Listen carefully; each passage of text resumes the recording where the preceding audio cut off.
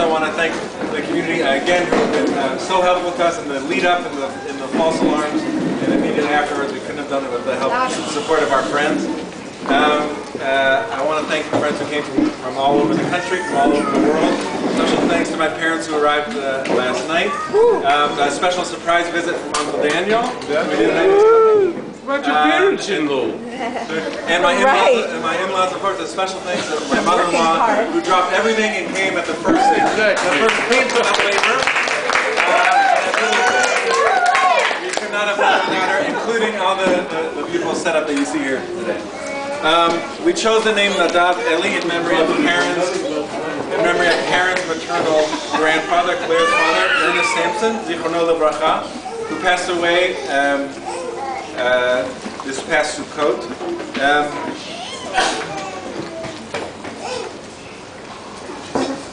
His Hebrew name was Eli ben Eli. He was named after his father, who passed away in the flu pandemic of 1918 in Dortmund, Germany, just before Ernest was born. Ernest's life story is a remarkable one. I can't go into all the incredible anecdotes and incredible stories now in this forum, but his life story is one that shaped his core values, and these values that he strove to instill in his children and grandchildren, and now will try to his great-grandchildren. At the age of 17, Ernest was the first in his family to receive a visa to the United States.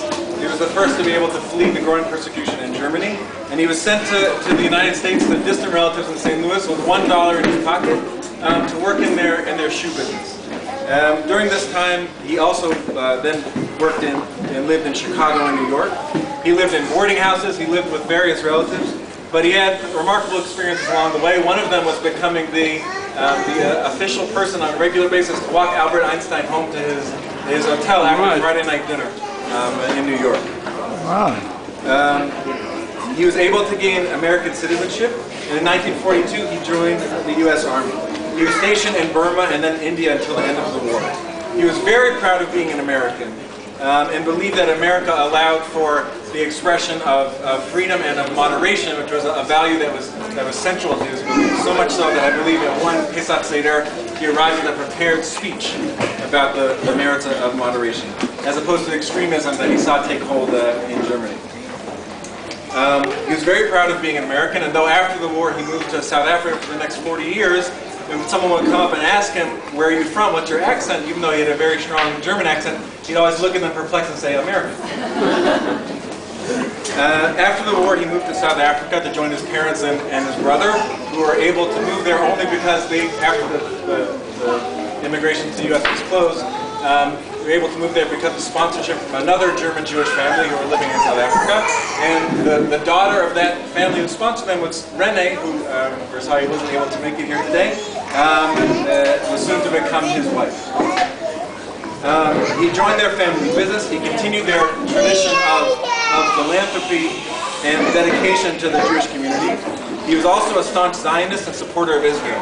In 1967, just as the war was breaking out, he received a call from representatives of the Jewish Agency and told them that they needed support, they needed financial support for this war that was going to happen.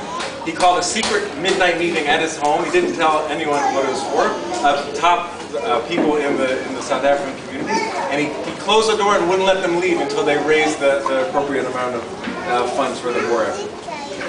In the late 80s, and semi-retired, he moved with his wife back to the United States, to Connecticut, where he and Rene promptly became supporters of the Jewish Day School, of the synagogue, of the Federation, even though they had no kids school age, even though, as far as I can tell, Ernest did not care very much for shul.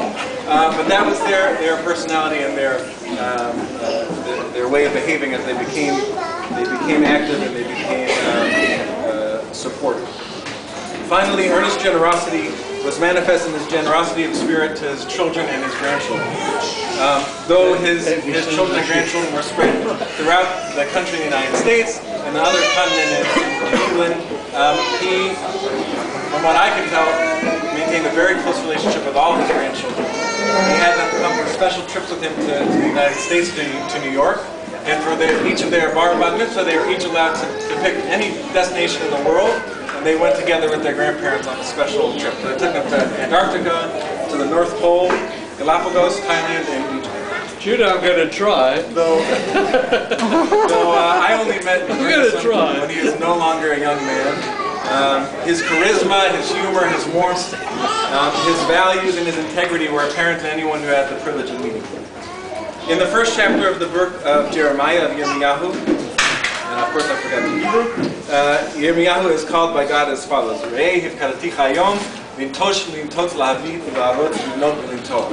Behold, I have sent you this day, Yirmiyahu, to set over the nations and over the kingdoms, to root out, pull down, destroy, throw down, to build and plant. Though Yirmiyahu was called and to prophesy impending destruction, the destruction of the Beit Mikdash, which he later expressed in Eicha, which we just read on Tisha B'Av. At the same time, that attached to all the doom and gloom is the promise to rebuild and to plant.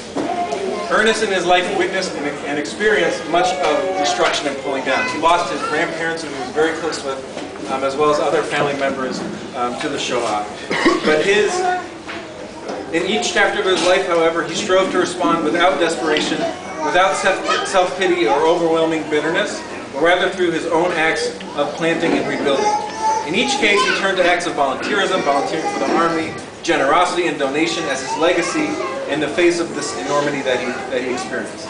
In Hebrew, these words, volunteerism, donation, generosity, are all built from the same root, the letters Nun, Dalet, Bet.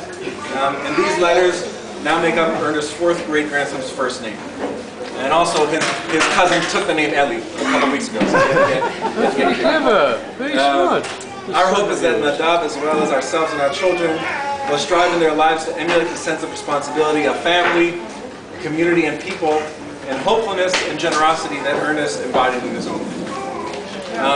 Now, as far, I think I'm legally bound to tell everyone how much I care and love my wife. I think this was our first delivery that was without an epidural. I think it's an opportunity to forgive Karen for all the terrible things she said to me.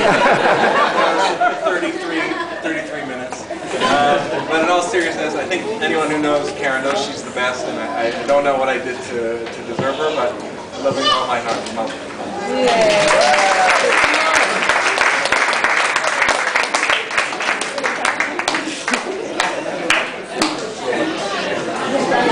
Not bad, your boy.